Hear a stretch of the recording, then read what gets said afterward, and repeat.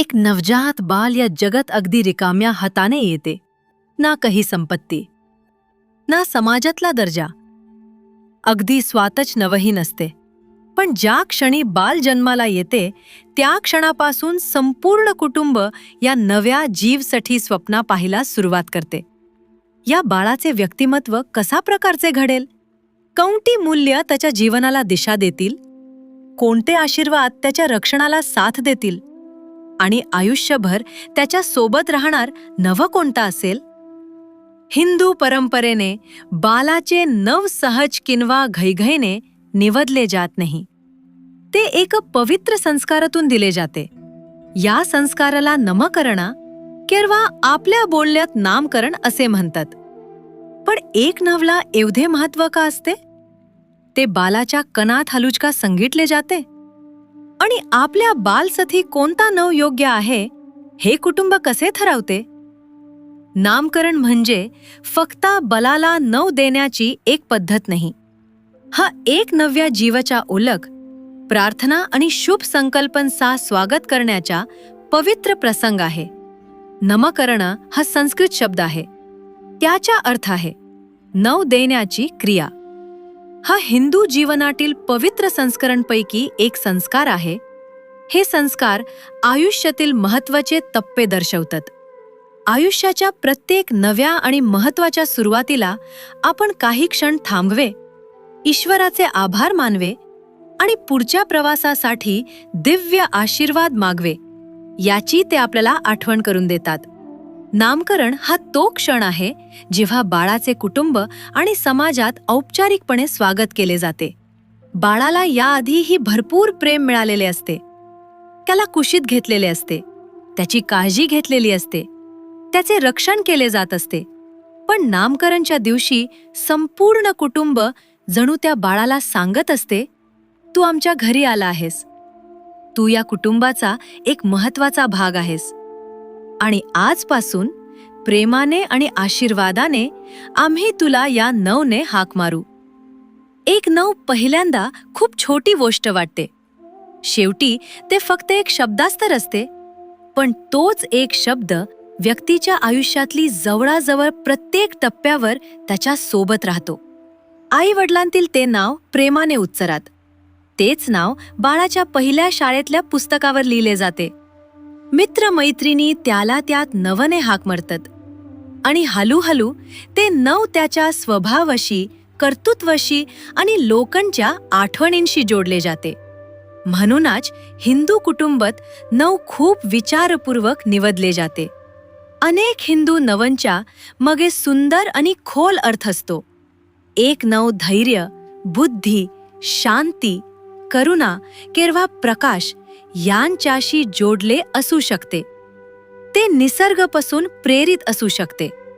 कुटुंबातील एखाद्या पूर्वजाचा सन्मान करू शकते किंवा बालाला ईश्वराच्या एखाद्या दिव्य रूपाशी जोडू शकते. श्री कृष्णापासून प्रेरित नाव प्रेम, आनंद आणि भक्तीची आठवण करून देऊ शकते. भगवान रामाशी जोडले नाव धर्म, धैर्य आणि मर्यादेचे प्रतीक असू शकते. माँ लक्ष्मीपासून प्रेरित नाव कृपा, समृद्धी आणि मंगल्याचा भाव व्यक्त करू शकते. तर माँ सरस्वतीशी जोडले नाव ज्ञान, कला आणि शिक्षणाचे प्रतीक असू शकते. पण फक्त एक सुंदर नाव बालाचे भविष्य ठरवत नाही. महान नाव दिले म्हणून कोणी आपाप महान व्यक्ती होत नाही. बाळ पुढे कसा माणूस घडेल हे त्याच्या कृती, घरी मिळालेले संस्कार आणि त्याला मिळणाऱ्या मार्गदर्शनावर अवलंबून असते. तारही अर्थपूर्ण नाव कुटुंबाच्या आशा आणि प्रार्थनाची हळूवार आठवण बनून राहू शकते. प्रत्येक वेळी ते नाव उच्चारले जाते तेव्हा त्याचा अर्थ पुन्हा एकदा शांतपणे जिवंत होतो.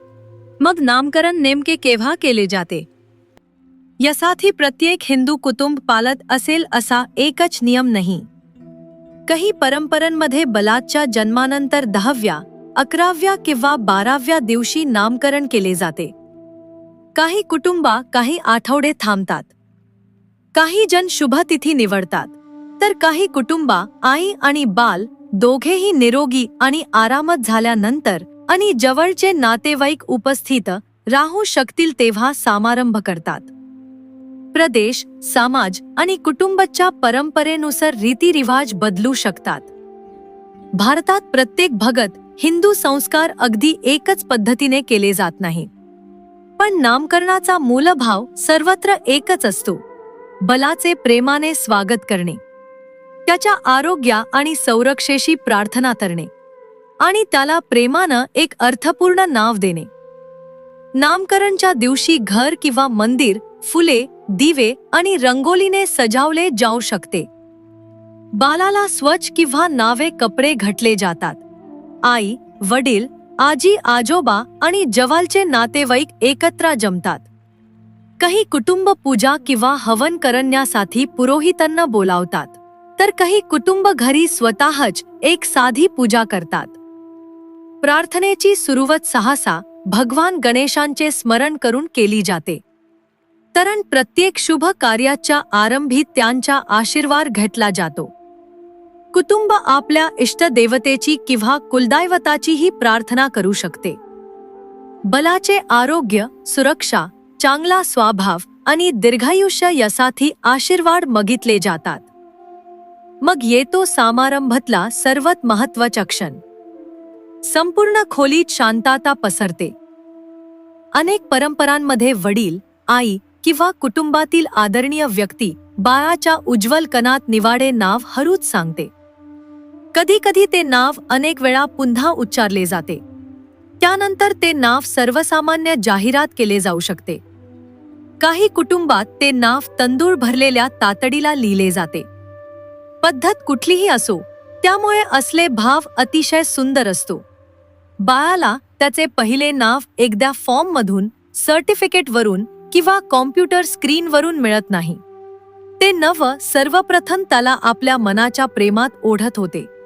ते नव अशा व्यक्तीकडून उच्चारले जाते जिने बलाची काळजी घेण्याचा, त्याला योग्य दिशा दाखवण्याचा आणि त्याचे रक्षण करण्याचा संकल्प केलेला असतो.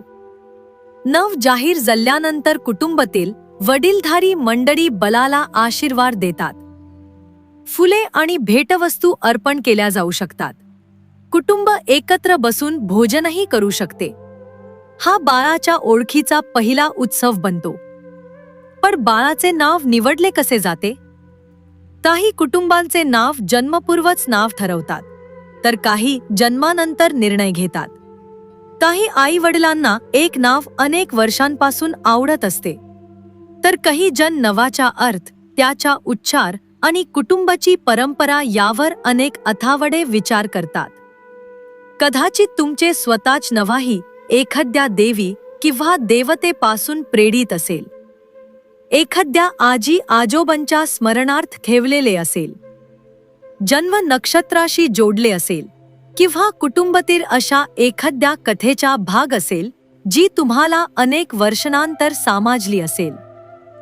परंपरेनुसार काही कुटुंब पुरोहित किंवा ज्योतिषाचा सल्ला घेतात.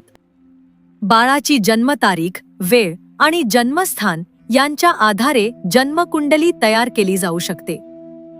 बालाच्या नक्षत्रानुसार नावाचे एक शुभ पहिले अक्षर किंवा ध्वनी सुचवली जाऊ शकते. मग आई वडील त्या अक्षराने सुरू होणारे नाव निवडतात. पण प्रत्येक हिंदू कुटुंबाने ज्योतिष पाळलेच पाहिजे असे नाही. काही कुटुंब आपल्या कुलदैवताशी किंवा इष्टदेवतांशी जोडले नाव निवडतात. काही आजी आजोबा किंवा पूर्वजांच्या सन्मानार्थ नाव ठेवतात. काही जण खोल आध्यात्मिक अर्थ असलेले नाव निवडतात, तर काही आई वडील आधुनिक, अर्थपूर्ण आणि उच्चारायला सोपे नाव पसंत करतात. भारताबाहेर राहणारी कुटुंबही विचार करतात की इतर भाषा बोलणारे लोक हे नाव सहजपणे उच्चारू शकतील का. यापैकी कोणतीही पद्धत दुसऱ्या पद्धतीपेक्षा कमी पवित्र नाही. नाव फक्त ते कुठल्या पद्धतीने निवडले गेले म्हणून पवित्र होत नाही. त्याच्याशी जोडले प्रेम, आशीर्वाद आणि संस्कार त्याला पवित्र बनवतात. सर्वात सुंदर नाव नेहमीच सर्वात वेगळे, दुर्मिळ किंवा फॅशनेबल असेल असे नाही. सर्वात सुंदर नाव ते असते जे विचारापूर्वक निवडले गेलेले असते, जे बाल सन्मानाने स्वीकारू शकते आणि ज्याच्या सोबत ते आत्मविश्वासाने मोठे होऊ शकते. काही परंपरांमध्ये बालाला एकापेक्षा अधिक नवही असू शकतात. धार्मिक संस्कारांसाठी वापरला जाणारा एक ज्योतिषीय नाव, दैनंदिन जीवनात वापरला जाणारा औपचारिक नाव आणि फक्त घरातील लोक प्रेमाने उच्चारतात असा लढाचा नाव. या वेगवेगळ्या नावांमुळे आपल्याला समजते की बालाची ओळख फक्त त्याच्यापुरती मर्यादित नसते. ती कुटुंब, परंपरा, समाज आणि संपूर्ण जगाशी जोडलेली असते. नामकरण पाहिल्यावर हा फक्त बालासाठी असलेला संस्कार होतो, पण त्यात आई वडिलांसाठीही एक खूप महत्त्वाचा संदेश दडलेला असतो. जेव्हा आई वडील बाळाला एक अर्थपूर्ण नाव देतात, तेव्हा ते त्याच्या भविष्यासाठी एक सुंदर आशा व्यक्त करतात. पण त्या आशासोबत एक जबाबदारीही येते. ज्या बालाच्या नावाचा अर्थ सत्य असेल, त्याला घरी प्रामाणिकपणा दिसला पाहिजे. ज्या नावाचा अर्थ करुणा असेल, त्या बालाला घरी प्रेम आणि दयाळूपणाचा अनुभव मिळाला पाहिजे. ज्या नावाचा संबंध ज्ञानाशी असेल, त्या बालाला शिकण्यासाठी, प्रश्न विचारण्यासाठी आणि नवीन गोष्टी शोधण्यासाठी प्रोत्साहन मिळाले पाहिजे. आणि ज्या बालाचे नाव एखाद्या देवी किंवा देवतेशी जोडले असेल, त्याला फक्त त्यांच्या कथा सांगून चालणार नाही, त्या दिव्य रूपाने दर्शवलेले गुणही त्याला शिकावले पाहिजेत. आई वडील फक्त एक महान नाव देव आपली जिम्मेदारी संपू शकत नाहीत. त्यांनी असे घर उभारले पाहिजे जिथे त्या नावाचा अर्थ बालाच्या स्वभावात आणि जीवनात हळूहळू रुजत जाईल. कदाचित हाच नामकरणाचा सर्वात खोल संदेश आहे. हा संस्कार बाल मोठा झाल्यावर नेमका काय बनेल हे ठरवत नाही. तो बाल पुढे कोणत्या प्रकारची व्यक्ती होऊ शकते यासाठी एक प्रार्थना करतो आणि मोठ्या माणसांनाही आठवण करून देतो की मुलांना शिकवण्याचा सर्वात चांगला मार्ग म्हणजे स्वतःचंच उदाहरण बनणे. ज्या बालाचे नाव शांती असेल, त्याला घरी शांतीचा अनुभव मिळाला पाहिजे. ज्या बालाचे नाव कृष्णशी जोडले असेल, त्याला प्रेम, आनंद आणि भक्तीचा अर्थ समजला पाहिजे. आणि ज्या बालाचे नाव रामशी जोडले असेल, त्याला मर्यादा, धैर्य आणि आदर घरी दिसला पाहिजे. बालाला एक नाव मिळते, पण आई वडिलांना एक जिम्मेदारी मिळते. आज नामकरण एखाद्या मोठ्या मंदिरात केले जाऊ शकते, घरच्या घरी छोट्या पूजेच्या रूपात केले जाऊ शकते, किंवा दूर राहणारे नातेवाईक व्हिडिओ कॉलमधून समारंभात सहभागी होऊ शकतात. काही कुटुंबे परंपरागत विधी काळापासून पाळतात, तर काही कुटुंबे प्रार्थना, नावाचा अर्थ आणि वडीलधाऱ्यांचे आशीर्वाद यांनाच महत्त्व देतात. नामकरणाचे आध्यात्मिक महत्त्व महागदी सजावट, मोठा हॉल किंवा भरपूर भेटवस्तूंवर अवलंबून नसते. त्याचे खरे महत्त्व प्रेम, शुद्ध भाव आणि बालासाठी मनापासून केलेल्या प्रार्थनेत असते. छोट्याशा खोलीत मनापासून दिलेला आशीर्वादही एखाद्या भव्य समारंभात दिलेल्या आशीर्वादाइतकंच खोल असू शकतो. अनेक वर्षानंतर कदाचित त्या बालाला आपला नामकरणाचा दिवस आठवणार नाही, त्याला त्या दिवशीची फुले आठवणार नाहीत, प्रार्थना आठवणार नाहीत, त्याने कोणते कपडे घातले होते हेही आठवणार नाही. पण कुटुंबाला तो दिवस नेहमीच आठवेल, जेव्हा संपूर्ण खोलीत शांतता पसरली होती, जेव्हा कोणीतरी बाळाच्या जवळ हळूच झुकले होते आणि जेव्हा एक नवं पहिल्यांदा त्याच्या कानात सांगितले गेले होते.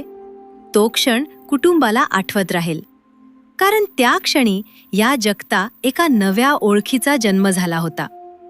त्या दिवसानंतर तेच नाव उच्चारणले गेले, जेव्हा बाल आपली पहिली पावले टाकले, जेव्हा ते शाळेत जायला सुरुवात करेल, जेव्हा ते अडचणींचा सामना करेल, जेव्हा ते आपल्या यशाचा आनंद साजरा करेल आणि जेव्हा ते स्वतः जीवन घडवायला सुरुवात करेल.